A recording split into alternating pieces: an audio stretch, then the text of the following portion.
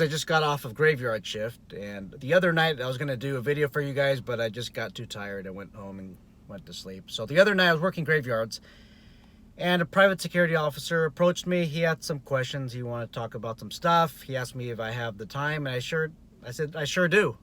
I have the whole night. It's graveyard shift. Nothing normally happens on graveyard shift, right? He also said, hey, I have the whole shift too. It's pretty dead on graveyards. So we had a pretty good discussion. And today's topic of the video revolves around the discussion that we had. So this private security officer mentioned he has about 6 months on the job. And he mentioned he patrols a school district at night. At night, the school district is closed. Actually, the school district has been closed the whole year because of coronavirus. So he's on patrol and makes sure that the campus is safe. He's unarmed, by the way. Doesn't even have a baton, doesn't even have a gun, pepper spray, nothing. He's totally unarmed, okay? You guys that have batons or pepper spray, you think you have it bad because your employer doesn't let you carry a firearm. This guy has it probably worse. He's allowed to carry nothing. So he mentioned that his employer told him that if there's a trespasser on school district grounds in the middle of the night, he is to physically arrest this person, take this person into custody. If the person runs away, he's supposed to chase him down and take him into custody. You want to know this is illegal. Now, in this video, I will never give you any legal advice.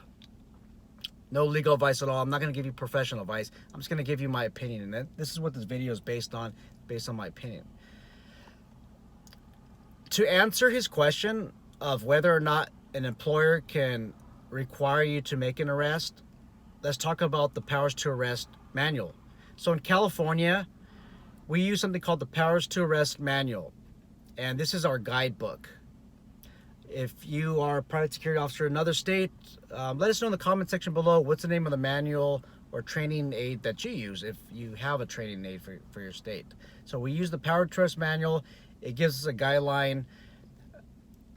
I'm going to argue with BSIS, the Bureau of Security Investigative Services. They are the investigative arm, the regulatory authority for private security and private investigators in the state of California. They mentioned on another occasion that the Powers to Arrest curriculum, the training, it's more necessary. It's more of a guideline than a mandate. And I want to argue that that's incorrect, because what ends up happening if you go to court, if there's some type of negligence lawsuit, the other side will show the jury or the judge that there's a certain standard that has to be met and you broke that standard, and that's the basis for the negligent claim, because the plaintiff was injured as a result of your negligence, as a result of you not following the standard of conduct which is outlined. The Powers to Arrest manual has some content in it, and the content tells us that we are not legally required to make an arrest. Okay? Legally required to make an arrest. So we already have a standard of conduct telling us that we're not legally required to make an arrest.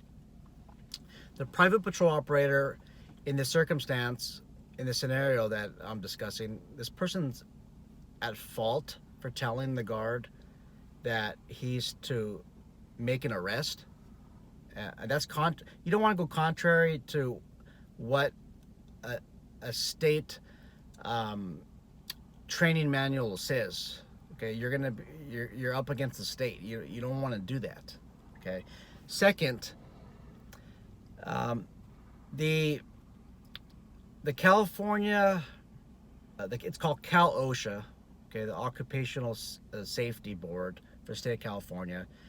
Those of you in other states, there's another form of OSHA that you may have heard of, and they regulate or they make sure that your workplace is safe. It meets the standards. So you probably heard of OSHA. California has a Cal OSHA version, California version of OSHA, and it actually tells us that a state, this is state law, you guys. This state law tells us that every employer is required to create a safety plan, and it even tells us that that employees have a right to work in a safe environment. Now, some of you might be saying, well, working private security, you don't really have that right because you're expected to work in unsafe environments because people are unpredictable. There's always crime out there and there's people willing to do bad things to us. Well, you're wrong, because you're actually wrong, okay? The guidelines that OSHA has, they even mention private security officers, okay? They mention them and the fact that they work in dangerous environment. They're mentioned by name, security guards, it says. And what I'm going to do is I'm going to leave a link in the description below to the resource, to the information that I'm using. Those of you who are in other states, you're going to probably have similar laws in your state, but it's up to you to find out what your state code says. And if you're in another state, let me know what it says if you know what the law says. So so as an employee, you don't have to listen to your employer. Your employer says, hey, go arrest this person, or you're going to be required to arrest this person. You do not have to. You can refuse if the following apply. So number one, you do not have time to report the incident to authorities.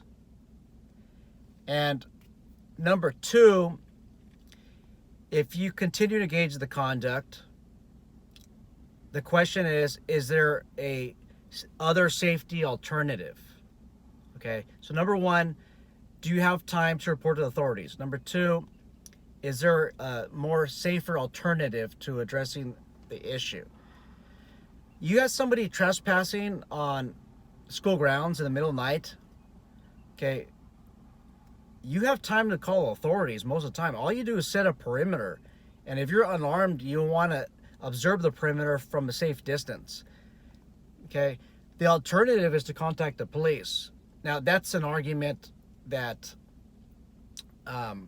if you're going to sue your employer, that's an argument that you're going to make. Obviously, your employer is going to say, well, you know what, yeah, that wasn't an option. But we know that's always an option, that you can always contact the police. I'm not saying that you should depend on the police. I wrote a book called Soccer Poison that says you should never depend on the police. If they come, that's a benefit, but you are responsible for your own safety. So let's move on. Contacting the police is going to be arguably the alternative. So this whole argument of there's no alternatives is something that's a moot. It's something that's not going to fly. Okay? When your employer requires you to make the arrest, they're doing so in contrary to what the Labor Commission says. And you don't want to run contrary to what the Labor Commission says, because you're going to end up in a legal battle and you're going to lose.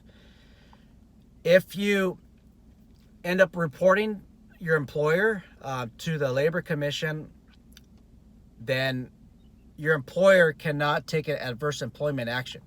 So let's just say you were getting good evaluations, or maybe you weren't getting any evaluations at all, but you were not getting any reprimands or any form of discipline. All of a sudden you report the incident. Well, in the absence of any employer infractions, it looks like this person is retaliating. This employer is retaliating because you made the report. Okay, again, your employer is going to have an upward battle against you if you report the incident to the Labor Commission. Now, I'm not saying to go out there and report your employer to the Labor Commission. I highly am against that. I'm the type of person that likes to deal with something on a one-to person level, kind of like saying man to man. Now, I do have some female viewers, so it'd be person to person, but for all intents and purposes, for just to make this conversation more brief, I like to look somebody in the eye, man to man, and explain what the issues is, what they are, and come up with a resolution. I'm not into let me go cry to the Labor Commission and tell on you. No, you know what? Let's be man to man and let's resolve this issue. Let's resolve this conflict. And that's that's a skill that's being lost in American society, is talking somebody face to face and resolving the issue without going to a third party source. If the issue isn't resolved and you start treating me differently at work, you're damn sure I'm going to go to Labor Commission and I'm going to report this incident, okay? And I might have grounds for a lawsuit, a discrimination lawsuit. You cannot discriminate against me because I reported you retaliating against me for mentioning that there's a Cal OSHA or some type of OSHA violation. It doesn't work that way, okay? You might get reduced hours, maybe reduced pay. Again, that's a form of discipline. That's stuff that you need to document. You start screwing with my pay, and we can't resolve this man to man as human beings in a civil matter, then I'm going to have to get a third party involved, and that's just the way it works. And then from reporting the incident, I report the incident maybe to the EEOC, or in California, we use the Fair Employment and Housing Commission. I think they're called FETC. Probably off on that, but I know it's Fair Employment and Labor Commission. I think that's the board. So they're going to issue me a right to sue letter. I'm going to take that letter to my attorney, and we're going to file a lawsuit. Again, I try to avoid this, try to talk man to man, but you know, this is a situation that might have to resolve in that way. On a final note, as a supervisor, as an employer, a private patrol operator, qualified manager, somebody in leadership for a private security organization, you have a duty to tell your employer what all the dangers are of the job, okay, as reasonable as possible. You have a duty to tell your prospective employee on what your expectations are. So what you ought to be doing is telling them, hey, I expect you to physically take somebody into custody. If they resist, I still want you to take this person into custody and effect a private person's arrest for trespassing or for something else. Are you okay with that? If you agree, you better not back down and do what you signed up for. You see, in America, the whole concept of a man or even a woman's word is a signature is a long gone concept. If you say that you're going to do something, you better be damn sure every time that you do what you say you're going to do. That's the man's word. That's the woman's word. If you say that, yeah, I'll go ahead and arrest anybody that trespasses on school grounds or whatnot, even unarmed. If you say you are, then you got to do it. Okay, you should do it. Okay, don't be flaky. On the other side, as a supervisor, you need to make sure that you at least tell them, this prospective employee, what the expectations are. That's only fair. Okay. I remember back in my security days in the 90s, you know, I was I was somebody that sought a lot of thrill. I grew up in a nice neighborhood, and I applied for an arms private security post in Compton. In Compton, it was an armed post. Okay. Mr. Gamble, I clearly remember his last name. I think it might be his first name, Gamble. Okay. We talked. He asked me what kind of weapon I carry, and I told him, well, I never carried a weapon before, but I have a Sig Sauer 9mm. He said, well, that's my type of guy. That's my type of weapon. I love the gun. So let me ask you this. Where'd you grow up at? And yeah, I told him where I grew up at, and he started laughing. I said, hey, man, this is the hood. Okay, this is Compton. I'm going to be assigning you to a guard shack that just got shot up. And what I really appreciate about him is he was desperately looking for somebody. And I think the pay at that time was, I think it was $9 an hour at that time. Okay. He said, hey, the guard shack got shot up the other week. I don't want nothing to happen to you. And I you know what, to this day, I really appreciate it. I appreciate so much his concern for me. And I wish other employers were like that. he even told me, you know what, I don't think you should take this job. I'm willing to entertain an offer of employment, but you really need to know what you're doing, because you can't go from a bedroom, nighttime community where it's all safe, into Compton and working in the projects at this guard shack. Okay. He said the next day or tomorrow, give me a call. Let me know if you change your mind. I give him a call, and I took his word for it, and I changed my mind. Okay, I'm kind of glad that we had a one-on-one talk about this, this employment offer. Okay, his name is Mr. Gamble, and I think he's still active in the security industry. I talked to another private security professional not too long ago, and he knows Mr. Gamble, and apparently Mr. Gamble is well respected in the security industry. So if you know him, tell him that I said thanks for potentially saving my life from almost 20 years ago. Okay, this is the thing. Some people watch Call of Duty. We all want to be gunfighters until it's time for the gunfight. We all want to be heroes until it's time to do hero stuff, right? We want to get into action until it's time to get into action. And that's the way it is. And this accurately describes me over 20 years ago, when I never worked in a rough neighborhood, when I was only about 19 years old. Hope this video helps hope this video allows you to make better decisions.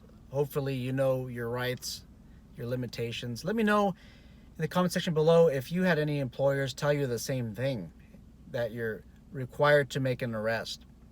Really interested in knowing, and tell me what state. You don't have to